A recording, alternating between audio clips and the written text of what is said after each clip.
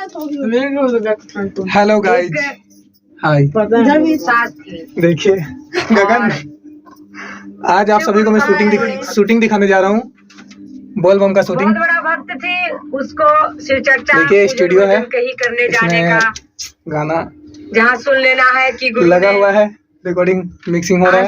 किसी ने गुरु का चर्चा रखवाया है, आज किसी घर में पूजा है, वहाँ चली ही जाती थी। तो ठीक है, आपको अभी मैं शूटिंग दिखाने जा रहा हूँ, ठीक है। तो जो सावन की शूटिंग चल रहा है, बहुत ही बेटर शूटिंग हो रहा है, तो आइए।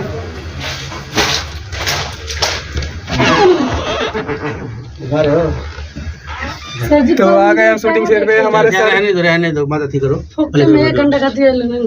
देखो इधर हीरोइन को दिखा, बंद कर दो आगे बंद कर दे रे भाई, कपड़े हटा के बंद करो। ये देखो हीरोइन से बात मिला भाई, सामने आओ।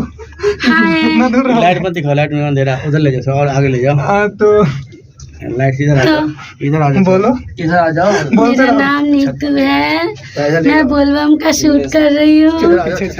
ये हमारे मिथिला सर हैं, इन लोगों के साथ हमारी शूटिंग हुई है बोलबम के। और ये हमारे शाकिर जी, नाम बड़ा प्यारा सा लेकिन आता कम है मुझे, ठीक है।